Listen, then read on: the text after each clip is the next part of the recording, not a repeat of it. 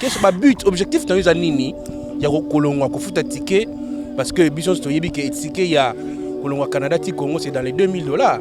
Oui. Il faut $2000 moi boyer na Kinshasa. But na objectif faisant nini ya rien ailleurs.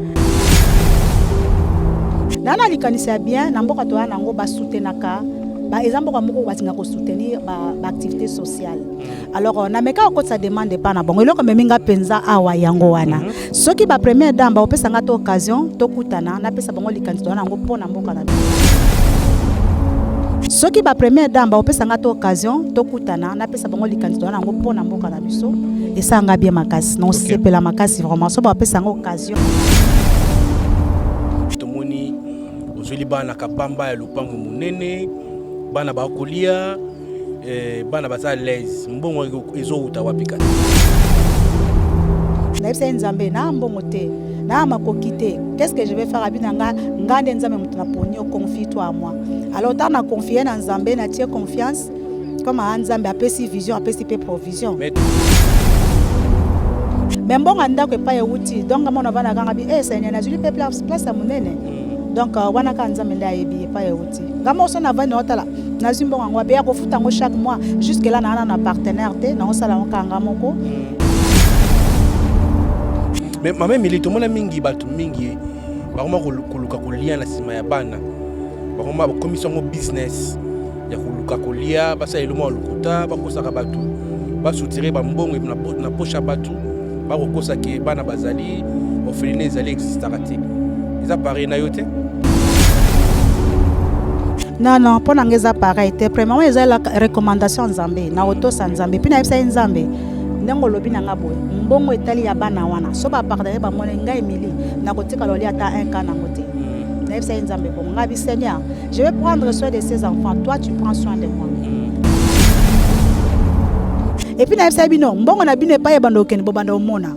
So bo pesi mbongo na bino, activité ngeso to ko sala ndenge bana bakolia bokoza lo courant nango. Ya ko bomba nezate. Donc biso a eza penza puelele tena ezana batne comme ça benganga mama to luka ka muta boye mais to monio osele loka malamu to ko soutenir yo mais jusque là na mwana lisungi yango teni lelo nga mona leki na émission na obelela bande ko bosunga donc to senga na bino bana Canada vraiment bosunga lisungi bosunga biso bofunga na mitema po bana na biso pe basepela.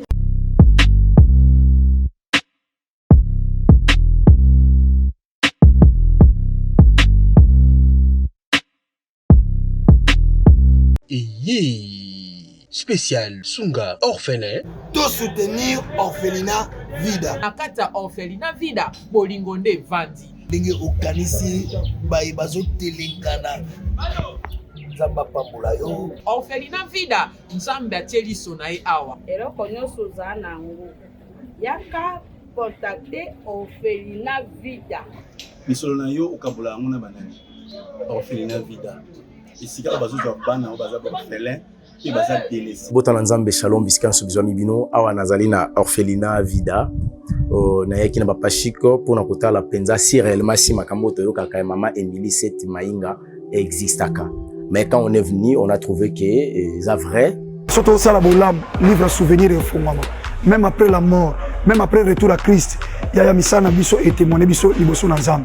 Bien aimé, total ONG Vida organiser activité $1 pour nos orphelins. Orphelinat Vida eza train ezolokota ba orphelin botie essence pour ekoma la destination. Nzambe na lola mona bino pambola bino vraiment azongisa ya ebele vraiment na oyo nyonso bosalaki lelo toyisi na lisolo mosusu kosenga na bino ke tozweli bana esika ya monene tozweli bana esika ya kitoko tozofutela yango chaque mois bana na biso fo balia bana na biso fo bakende classe bana na biso fo balata bana na biso fo baza propre nasepelaka na donner oyo bango bayoka mbongo na nzambe et puis basalaka nzambe asengi parce que c'est eloko nzambe asengi nga na yebisaki nzambe tu m'as donné cette vision mais je ne vais pas travailler toute seule.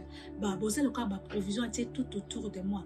Nayango, Soki Olingi Osunga, Bengabiso. Na plus 1 64 75 33 43 10. Topé, Bengibiso na plus 243 97 666 66 04.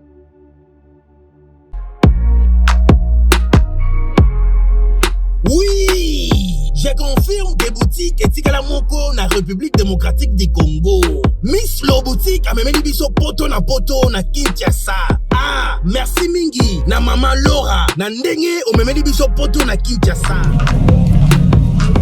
Bonjour madame. Bonjour. Ah, les amis, Miss Lo boutique, tout est à l'arrivage de la France et États-Unis. Nous avons un prix de Kiko. Kiko. Tunaka la biloko so tozomba ya toki ntebwe. Ah, toki nte. Ah, les amis Paris, États-Unis. Ah, les amis mélange te. D'accord, la même différence tango parce que le rangezo par colibo, tu fois de tenir sur tu va pas mouchard non style oui. Pas habitué pour de ça à 48 heures. Ah, en tout cas, ma qualité na moni Mwana mama kobuka na te. Soki olingi olata kitoko pe bayeba yo yaka mbangu na Miss Lo boutique. Nengo okokuta basapatu bilamba ya basi maquillage mafuta ba parfum pe biloko mususu te poto ekiti na Kinshasa. Pour mon biso ezali basi te. Tozwami bongo na avenue Victoire numéro 5 commune de Kasavubu. Topo bengi biso na téléphone na plus 243 85 64 11 889 0033 78 33 03 749. Chez Biso Télévision, chaîne Oyo Kokani na yo. Bozali belé bokota l'émission de partout na pesi bino mbote. Mbote balamio c'est chez Biso TV. Oui, malamu na mission na bino réponse à nos questions. Yande ko na bino. Na pesi moyini nanga mbote, moyini bonjour, moyini nanga bonsoir. Bozali belé bokota la biso na pesi bino mbote. Merci na ndenge bondima chez Biso Télévision, chaîne Oyo Kokani na yo. Matoni mingi na Nkolo Nzambe po apesi biso pe mayofele. Apesi biso makasi ya sponsorisera biso awa na chez Biso Télévision de Tolobaka chaîne Oyo Kokani na yo. Matoni mingi na mame Miliseti Mayinga Mosi Nzambe. Babi ye moronde toko ya malelo na émission lelo. Boluka boye ba ye botunanga mwa mingi mame miliongo bwaka kawana zalaka nani. Lelo bande ko babolingo na yameli bino mame Miliseti Mayinga na témoignage na ye et puis akoyebisa bino pona nini a créé orphelinat Vida. Idane utaki wapi pe pona nini akokena nango bongo. Parce que c'est pas donné à tout le monde kusonga bana bitike. Kasi mama oyo azana mutema malamu ya kosunga bato. Un grand merci à tout le monde qui nous suit de partout, Mbujimai, Katakakombe, Gemena, Lubumbashi, partout na pesi bino mbote. Mbote pe na ba obalinga biso te nzama pambola bino mutema mabe bozalaka nango. Je m'en vais dire bonjour à mon invité. Mbote maman Miliseti Mayinga. Mbote papa Cheikh Mukadi. Sangonine. Sango malam. En fait, moi ni maman Miliango yeyo. Bonjour à tout le monde. Bonjour à tout le monde. Yanga yeyo. Ah, bato tu na rapport ani maman Mili. Bon, moi mingi une émission. Yo mo répondre pour na nini to boka go mingi na chez Biso Télévision. Ah, papa kanga mingi parce que nazali d'abord na grâce à Nzambe. Oye sala ke tango na sala eloko Nzamba linga kaka amatsanga likolo. Alors ezaki hasard te kokutana papa Chic ezali ka nyoso mabongisi ya Nzambe poto kutana po banobwakanga. Alors voilà. Yango na ko yapprendre. Mame Mili on a chez Biso Télévision ya mboto ba émission to sambelaka. Est-ce que ko kama biso na lo sambo? Oui, bien sûr. Nzambe liboso toujours hein. Voilà. Alors le maître des temps des circonstances, topesio merci, yo permettre to kutana mukona lelo pona ko parler o yezali elanga o pesi biso Nzambe. Na pesio merci pour la présence na okati na biso, Seigneur to invité okati na biso o to koloba Nzambe za pona lokumu na yo. To boyinyo surtout o yezali contraire ya volonté na Nzambe to tomboli o renier comme Seigneur maître na kati na biso. Pambola bayinyo so bakolanda émission oyo, pambola chaîne oyo et que ne liboso na kombo na este to bondeli amen. Amen. Au sambela na moni vraiment ozali mosaila Nzambe. Maman Miliseti Mayinga aza marié? Oui, naza marié avec papa Jerry Nzuzi que je salue. Ça c'est mon mari. Bana boni bo komi na bango. Toza bana misato. Kala wana ka bana misato. El bosa za mbula boni? Ya liboso aza na 14 ans, ya mi balé aza na 11 ans, ya misato aza na 7 ans. Voilà, très bien. Maman Miliseti Mayinga lelo to yamio na cadre premièrement ya témoignage na yo ya vie au betala biso na place nini idée ya kosala orphelinat Vida yuta pe pona nini okokende nango boye likanisi wana euta wapi? Bon, likanisi ya kosala orphelinat vida euti musika. Nakata ote mingi basala ba orphelinat bazala ba orphelin. Est-ce que vous avez orpheline nakala yango memi osala orphelinat vida? Oui, naza orpheline de père. Namona papa nanga te. Et naza na affection parentale te, je dirais. Nakoli na ba parents nanga te. Nakoli epa ya grande sœur nanga. Et puis epa ya grande sœur grand frère kozwa ngai ndeye penza akolisi ngai atangisi nga na amemi nga na bamikila poto toza na ye toujours na Canada. Voilà. Ouais, nazaki orpheline de père et likanisa vie de outi la personne bomona oyo nabotami na ngolu. Ngolo nabotama nango nabunisa mitro na vie nanga sans le savoir. Donc ezalaki soki étoile wana epeli munguna telemi po abundisanga. Na yo comprendre onka atango na koli na mwa bonzambe na yo comprendre azaki na étoile nzambe puis nzamba kuma kolobelanga mo ebele. Et puis à part de grâce ya nzambe nabotama na don. Don ba bengi don ya libéralité. Bazo définir ango la personne qui a de la facilité à donner. Alors yanga na mona ngo un peu particulier parce que na ba étape vie na passa nango et senga kate fona sunga mutu na mbongo mais senga ke il faut na lata passe ya mutu pona sunga bien ko sungeza ka ate na misolo mais na ba prière son apporter mutu devant l'Éternel et que je sens la paix à moi ya yebi ke nzamba osala na yebi ke nzamba koti likambo wana osala alors na bota mabongo na ndenge pe na koli na moni passe na vie nanga et loko poussenga vraiment na comme na niveau ya kosala vision mondiale. Comme ça, la ONG Vida, j'ai passé des moments difficiles. Na vie nanga na assistant na mort moko tragédique, il y a propre enfant nanga, ils avaient passé. Donc partenaire nanga tous akova na ye azwa mwana bamba. Ba mobali na yo ya kala. Mama Mili betaka li solo bien mère Mili. En tout cas, li solo za mulai na obeta ngo penza mulai te po émission eza na temps les dozo bazo na temps bazo tala alors o ya linga yo kango ba s'abonner na ba chaîne na ngai surtout ya Donneur Vida là ba yo kango vraiment en détail donc on a passé un moment difficile. Donc assistant na mort wana et traumatisanga un peu pendant longtemps. Mais comme Nazaki et Nzamba ebaki pourquoi il est kai bongo a prometa kanga vraiment que oselanga bolam na vinanga. Aselanga bolam parce que na sala bolam na sala mutwara mabete na couvrir na ndenga lota na biso na ndima na kota prison pour naye na likambo na ebate mais Dieu m'avait promis il sera avec moi. Et au sala peta moko tango makambo et si Nzamba pe apambolinga na comme na moi vie mususu et Nzamba kuma olobelanga au travers ba publicité parce que na ba to l'exaka publicité Dieu parle parce qu'il nous parle tantôt d'une manière ndenge je babi na biso na 34 je pense tantôt il parle d'une manière ou d'une autre il m'a parlé au travers ya ba publicité ezalaki nakutana na publicité ya vision mondiale esika oyo basungaka mingi ba 2 minutes alors vision na tant nazaki kotala ngo na kuma toucher makasi comme na vie ya bana na pasi j'étais vraiment touchée na comment qui na envie na adopter moi na mon alors yo ça lokola nzambe na bisa za bolamu na comment un peu ko critiquer parce que c'est comme au Taliban na oyo ba pays mususu omona bazana moi bonne vie mais tango tala loposo na biso omona penza passe nde bango na comment ko déranger na comment est-ce ko critiquer baza ba menteur pourquoi ya biso ba laksa boy or na nzambe zala ki bongo te zala ki penza réalité alors nzamba memaki ngai na comment ki ko ça na vision mondiale c'est là que j'avais compris que non les enfants souffrent na kati ya monde alors na promesse bola nzamba salanga na assister na mort ya mwana nanga moko et traumatisanga abimisinga na prison comme denga Mr Paul na Silas j'avais décidé Seigneur je vais faire quelque chose pour toi na osala quelque chose pour na yo alors na yeba quitter lo koni na osala un jour na lala nzamba la singa vision ya bana bazaki pasi bazali na pasi du coup na simba yi mwana moko na moni vie ya mwana na changer na tangisi classe et j'avais pas compris la vision zaki vision na kutana na ndeko moko Dolin que je salue en passant na pesa kendo to abi nanga nzamba za na posa osunga bana bitike et na bana déjà ko sunga ko tinda de là j'avais compris mais tant on a fandi na ba été où commencer na nzambe na osala bana ngono su déjà na sungaka mais ozo bana ngana sunga bana bitike na ndenge ni na ko kola ngonde ni alors na koma ki wana stopaki na likoa ko kutana na ndeko wana tunelanga na Congo ndento ko sala eloko wana pona sunga banana malgré na zala ngana mbongo te mais comme Dieu a dit il faut na exécuter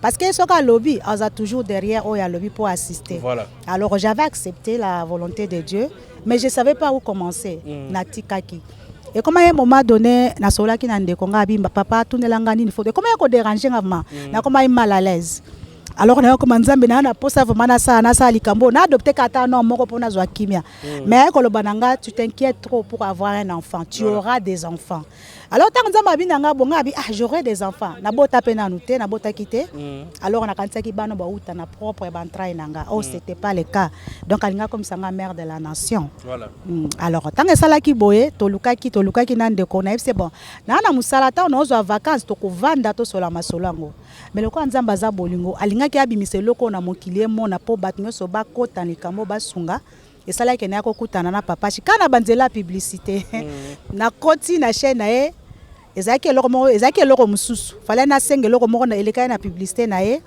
ekutani pe ke eloko ngo oyo na yela ki to kutana na sala yango te mais nzamba memiso na banzela musu na niveau to komi lelo alors voilà onje vida esike uti mais lisolo eza mulai histoire eza mulai na obeta onka ka détail un jour ata na musika to sala émission on peut sanga matin ata moins 2 heures ya ko expliquer bandeko epa ewapi ngai o na uti esikani nzamba memi ngai bapasi nini nakutani nango na vie oyo esali ke lelo na ndima volonté ya nzambe kosunga bana oyo na mbongo te mais nayebi ke nzambe ye moko vraiment nayebisa ye nzambe na mbongo te na makoki te qu'est-ce que je vais faire abi na nga ngande nzambe mutu na ponio confie-toi à moi alors tant na confier na nzambe na tie confiance comme a nzambe apesi vision apesi pe provision mais tomoni obi oza makoki te tomoni ozoli bana kabamba ya lupango munene bana bakolia bana basa l'aise mbongo ezouta wapi kasi obinanga mo pe lekelanga ozeli ba place mbongo ezouta ezouta te na ebate donc comment dire que nan pendant na juba partenaire à vrai dire mais nazana bandeko yo tant ba mona ki ba publicité liboso en tout cas bazala ki touché bandima ki kopesa biso na fisca $1 na bango pour nous contribuer o to lesa ki bana na décembre mais mbonga ndako pa euti donc mona vana kanga bi senya na juli pe place munene donc wana ka nzambe nda yebi pa euti ngamo so na vana otala na zimbonga ngwa pe ya ko futa ngo chaque mois jusque là na partenaire te na osala kanga moko et puis na kimia na bi ke nzambe atelinga ba provision ba ko toucher mitema na mo bazala ba partenaire jusqu'à maintenant mais maman milito mona mingi batu mingi bakoma koluka kolia na sima ya bana bakoma commission ngo business ya koluka kolia basa eloma lukuta bakosaka batu basutire ba mbongo na pocha batu bakokosa ke bana bazali orphelinat ezali existara te eza pareil na yo te non pour nangeza pareil te premièrement eza la recommandation nzambe na otosa nzambe puis na yebisa nzambe ndenge lobi nanga boye mbongo etali ya bana wana so ba partenaire ba mona ngai Emily na kotika loli ata un cas nango te na yebisa nzambe bon ngabi Seigneur je vais prendre soin de ces enfants toi tu prends soin de moi donc eza passe na bato ba sala loka bongo parce que moi na uti na mboka Canada pays moko très honnête pays moko ba ba ko sunga eloko pe na kitela ki a pona yango pona beta PCT na ba première dame na biso voilà comme maman Olive, maman Denise Nyakero, en tout cas, maman Denise Nyakero, na maman Olive. D'ailleurs, que baza les femmes avec un cœur ya kosunga. Et nga peut-être na Hollande bango on sait jamais. Alors nana likanisa bien, na mboka to nango ba soutenaka. Ba exemple ko moko batinga ko soutenir ba activité sociale. Alors na meka ko ça demande pas na bongo eloko meminga penza awa yango wana. Soki ba première dame ba opesa nga to occasion to kutana na pesa bango likanisi na ngo pona mboka na biso et ça nga bien makasi non sepela makasi vraiment so ba opesa nga occasion na kutana ta na bango na solo la nini na ye nango pona bana. Mais meka le mama mukia wa nini yo nango. Qu'est-ce ba but objectif na yo nini ya kolongwa ko futa ticket parce que biso to yebi ke ticket ya Kolongo Canada ti Congo c'est dans les $2000. Oui. Foutu $2000 moko boye na Kinshasa. But na objectif eza nini ya koya na yo. Okay, but na objectif eza ka juste pona kosunga. Premièrement na pona inauguration ya orphelinat onje vida na ye yango puis na profita ki par rapport à masolo na betaki na gouvernement ya Canada na baki non fona kenena ba mama na biso kuna pe na mboka bana motema kosunga. So na pesi bango likanisi nanga but nanga eza ke totonga ba école totonga mo ba activité moko ko aider ba bande ba jeune na biso o baza na activité pona ko bongisa mboka na biso donc vision za munene makambo bela o sele za munene so ba fongolinga mutema o ngano so na bango na memi yango na Canada totalisi bango o to ko sala bilili to lekisa na bana nde ba mona bana bazali Canada afongola mutema o sunga biso mena yo kape ide na baba yo kanga to solola na yo kape ya bango ba pesanga mwa ba idée comme ça nga na kozonga na Canada no so na gouvernement na biso soko occasion mona ni vraiment to sala loka bien na bango ensemble. Mais nakata ote il y a des gens na sola mingi apparemment bino batakana bolinga kosunga bato mingi bana Canada bakotala yo hein mama Emily seti mainga yeyo muto alinga kosunga bana tala canal malamu okoloba bana Canada nini bakotala yo batala ba biso télévision oui ebele ha totala bino vraiment ebele na bana Canada bosunga ya bino mama yeyo na sele loko yo boluka katuka kosunga tona mutema ko aider mais peut-être emona na katena ezala bande comme ça benganga mama to luka ka muta boye mais to monio o sele loko malamu to ko soutenir yo mais jusque là na mwana lisungi yango te na ebike boko soutenir lelo nga mona lekine émission na obelela bande ko bosunga et puis na yebisa bino mbongo na bino epaye bando okende bobanda omona so bopesi mbongo na bino activité nyonso tokosala ndenge bana bakolia bokozala courant nango ya kobomba neza te donc biso eza penza puelele rien de caché ici to bomba eloko te nyonso bokosala nyonso bokopesa biso bomona bana bakolia bokomona bilamba bana bakolata donc bosunga tona posa lisungi ba donner bolali tona posa lisungi donc bana Canada bosembola maboko na ebike eza pasi balobake mboka malili tokoma malili maboko gelade non Canada eza bongo te Canada vraiment bazana mutema kosunga tosungaka si s'agit tosunga vraiment donc tosenga na bino bana Canada vraiment bosunga lisungi bosunga biso bofungola mitema po bana na biso pe basepela tosala eloko kitoko na décembre ezala bien kasi na décembre pasteur de la foi alobaki tomonaki président Bodopa intervenaki tout le monde va te belé dans sport. Mais non, inauguration dans date nini. Oui. Prévoir ni na inauguration. En tout cas, dans l'inauguration le 29 il y a mois juillet to bongisi naza mana besoin ya lisungi na bino makasi pasteur de la foi. Nzambe vraiment pambolo d'abord ya ko disposer temps na yo pona ko sala sport wana e belé ba benga kingai ba félicitaki ba moni ke musala nzamba koti na kati ba mona ki ngozelo ka sérieux comme na présence na yo. Papa Bodope l'été à Kanda bandeko nyonso vraiment eza sengo mingi na ozana besoin na bino boya bo soutenir pour na eloko ekene liboso donc to organiser ngo le 29 présence na bino sa biso bien makasi boza basali nzambe nyonso ba le cacher biso TV présence na bino ezavement bienvenue na kati na organisation na biso oyo surtout le 29 boya to mona na pena mona bino kana bilili na mona bino na présence naza wana na besoin na bino. Donc tu organises juste pour que tu aies mon clique loko ebele bazwa na baduti ke ezate alors on aime ça bango ezali bon mona donc ba ya ba mona parce que tant ba mona présence na bino pe repesa moi pour ba mona ke loko ngo eza quand même sérieux mais na bi ke za sérieux ba ndeko so ba kotala biso ba ndima ke eloko eza malamu mais sikoyo mama Emily obeti mama solo ya ba na Canada bango ba ko sunga lolenge nini bana Canada wana bana Canada ko sunga ngai ko sunga biso botina biloko ndenge nini mbongo transfert mbongo ouais totinda ka so cha e-transfert to benga ngo e-transfert banque na banque osali transfert no leki na banque na nga automatique na sina fongola bana déjà compte tant bazo tinda mbala moko na numéro na nga 647 533 43 10 d'autant ngo chaka ndi na yo ezokota mbala moko mais za bande ko musu ba tindela nga mbongo bazo sala e-transfert o ezo senga code alors ebele na zo bambongo na bango te je m'excuse pendant le bango bo sala nete le mo ezala automatique pongo eza automatique soko tie ele kamba moko automatique alors soko moni na banque moyen te tu m'appelles to ko arranger ndenge to ko ti ko zo mbongo wana donc c'est ça quoi. Maintenant comment au disposer ba temps lelo ezali au baki projet ba école il y a biloko ebele oyo isengeli ONG Vida sala lelo to moni offre la vida le baki susu eloni pense à peine ba mama veuve te yoka ba orphelin. Non, omoni ONG Vida pour le moment nzamba recommandé to sona ba orphelin. Mais koloba bina biso eza ebele na biso ke alaki singa bana balati uniforme. Il faut to ton école tozo aider pe ba jeune fille mère oyo ba botisi azangi mobali. En tout cas tozo aider. Ba mama veut peut to aider. Ozomona. Ezo kene to kene ka malema no c'est le ka ndenga nzamba zo tinda biso. Mais pour le moment to banina na oyo. Ozo comprendre balobi moi discrétion hein tozala na ngomba tozo offrir Isaac Nabiso pour tozo abelier alors to lo bango na nte makambo ebele ezali mais ce qui nazo occasion akutana ba autorité mboka na ko expliquer bango eloko ni toza nango on nzamba sengi to sa kati na Congo et puis na osenga pe bande ko na biso bazana ba pays occidentaux to ya to bongisa mboka na biso to na mboka kitoko ezo senga ka biso o toza kuna mwa mentalité mindele tozonga to bongisa to tonga esa bien makasi et surtout ba jeune fille ba jeune garçon na biso bazana posa ba activité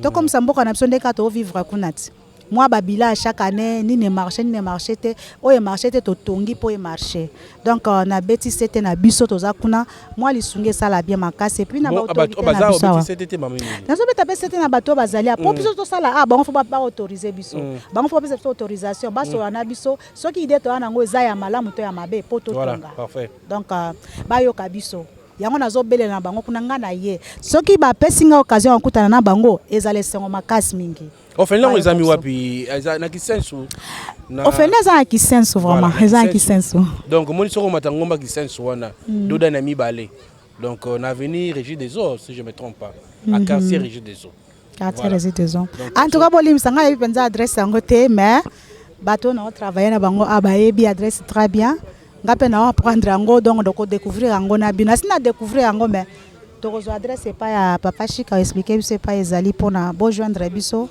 tout s'appelle ensemble voilà na ozota mingi te mama Emily okobakisa nini na otolobi awa peut-être mutune tunamite bat bazela nini lisusu oyo mama Emily akosela bango comme surprise dena bika tozana na ngomba surprise oya voilà on peut numéro de téléphone bambote na ba oyo bazwa kili bako otala yo. Oui, numéro de téléphone ezali 1647 533 43 10. Voilà WhatsApp. Nyoso, ngasa ma WhatsApp normal, bato Canada ta ba betaka ba benga direct na WhatsApp ka même numéro. Donc et puis naza na email langa ezali EMN na ba en anglais EMN ZUZI@yahoo.fr. Donc on appelle ça tinga mbo kuna na ozwango ekota automatiquement na kati ya compte ya bana. Donc merci mingi mama Emily Seti Mainga. Abenga ko mwasi nzambe pwani. Ko benga mwasi nzambe ngamo pelekela ngo yebi. Ngamo elekela nga basuno manga mwasi nzambe mwasi ngambe. Bon mwasi nzambe parce que tant aux chrétiens ba bengi so ba imitateur ya Jésus-Christ. Donc quelque part ba moni ba fruit wana ya Yesu Masia kati nanga donc yango babenga mwasi nzambe je peux dire comme ça mais na nzambe te voilà nzambe te leo tokozota mingi te na bandi ya mingi rolobezali mukolo ya inauguration ya Orphelinat Vida tokozala wana bozabilili o ezali juste introduction bomona ki azana Kinshasa pour na ba activité ya Orphelinat Vida mama topesi matoni mingi na ndenge uye na Chebiso télévision. Merci pena oyamba. Ko batuna ka mama miliango seti mwasi nzambe lelo bomoni ye. Botuna mama afuta nga $1000 par mois. Yango na boka ke bongo. Ouais, ngamu na lobby. Boti na lobby. Merci mingi na ndengo na nge longa évangéliste longa moto na nzambe l'homme de feu babi mikolo ya kotindika moto. Merci mingi. Mais mabanga zate? Oui, mais peut ça va na mbote.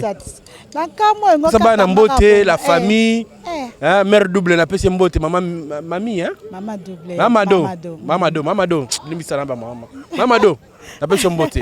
Grand frère pesi mbote hein. Bien sûr, yo mbote. Pesi mbote. Oui, na pesi mbote nga vraiment na mon papa chéri, mon yaya chéri, Zeno Seti Mainga. Oyebi ke na lingaka, oyepenza. Papa Zeno motema malamu lokola lekina na copiette. Donc yanga ndeko na pesi mbote belé, oyebi ke na lingaka mingi. Na sina tombela ba 100 ans passé ango. Donc oza motema malamu et puis na pesa yanga maman Mado Seti. Maman Mado Seti, wana za maman, une femme avec un cœur. Ah te, comment nanga boy na copier pa nae.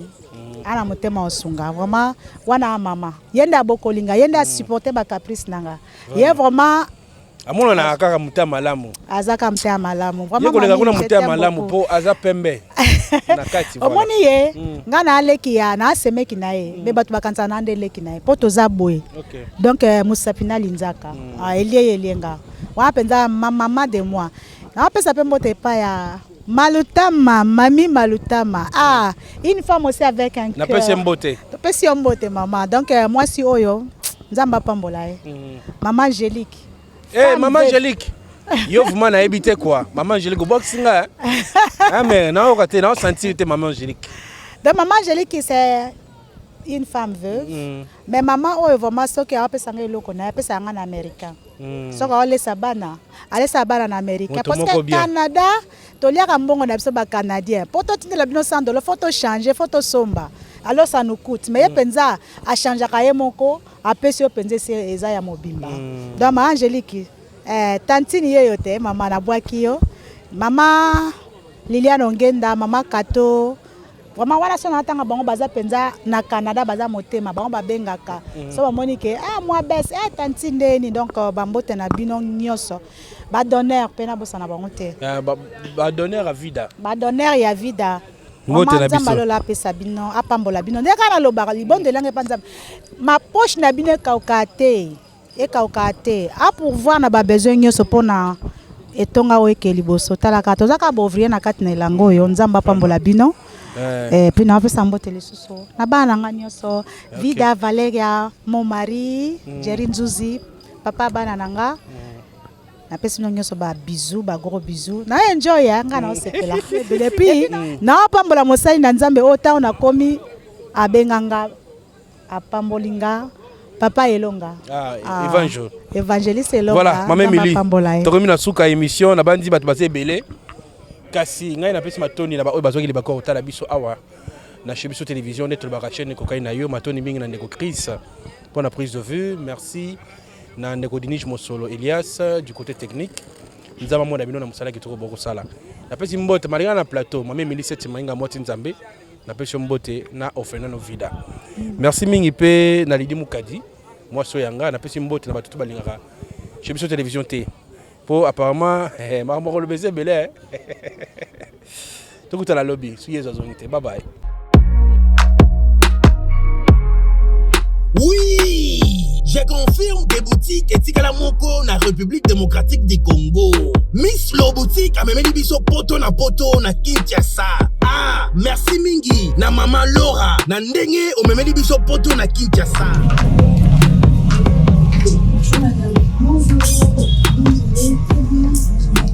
Miss Lo Boutique, tout est à l'arrivage de la France et États-Unis. Nous avons un produit à Kiko. Contre Kiko. Non, quand la bio sur des sombres ya Tokinte oui. Ah Tokinte. Ah ils ont Paris États-Unis. Ils ont mélange tout. D'accord, la même différence tango parce que le réseau par Colibo, tu fais des tenus, tu vas pas moucher non style non, il pas abusé pour de ça par 48 heures. En tout cas, ma qualité na moni hein. Moi na mama kobuka na te. Soko lingi olata kitoko pe bayeba yo yaka mbangu na Miss Lo Boutique. Nengo okokuta basapatu bilamba ya basi maquillage mafuta ba parfum pe biloko mosusu te poto kiti na Kinshasa. Pour mon abiso ezali pas cité. Tozwami bongo na avenue Victoire numéro 5 commune de Kasavubu. Topo bengi biso na téléphone na plus 243 85 64 11 889 0033 78 33 03 749. Spécial Sunga Orphelin. To soutenir Orphelinat Vida. Na kata Orphelinat Vida bolingonde vandi. Ndenge okanisi bayi bazotelengana. Nzamba pambola yo. Orphelinat Vida nzambe atieli sonaye awa. Eloko nyonso oza nango. Yaka contacter Orphelinat Vida. Misolo na yo okabola yango na banani. Orphelinat Vida. Esika bazozwa bana baza orphelin. Botana nzambe shalom bisika nsobizwa mibino awa nazali na Orphelinat Vida na yaki na bapashiko pona kotala penza si réellement si makambo toyokaka mama Emily Seti Mainga existaka. Mais quand on est venu, on a trouvé que c'est vrai. Surtout ça la bolam livre souvenir et fondement. Même après la mort, même après le retour à Christ, il y a misana biso et témoigner biso liboso na nzambe. Bien aimé, total ONG Vida a organisé activité $1 pour nos orphelins. Orphelinat Vida eza train ezolokota ba orphelin botie essence pour ekoma la destination. Nzambe na lola mona bino pambola bino vraiment azongisa ya ebele vraiment na oyo nyonso bosalaki lelo toyesu na lisolo mosusu kosenga na bino ke tozweli bana esika ya monene tozweli bana esika ya kitoko tozofutela yango chaque mois bana na biso fo balia bana na biso fo bakende classe bana na biso fo balata bana na biso fo baza propre nasepelaka na donneur oyo bango bayoka mbongo na nzambe et puis basalaka nzambe asengi parce que eza eloko nzambe asengi nga nayebisaki nzambe tu m'as donné cette vision mais je ne vais pas travailler toute seule. Bah, bosa loka ba provision était tout autour de moi. Nayango, soki olingi osunga benga biso. Na plus 1 64 75 33 43 10. Topé, bengi biso na plus 243 97 666 66 04.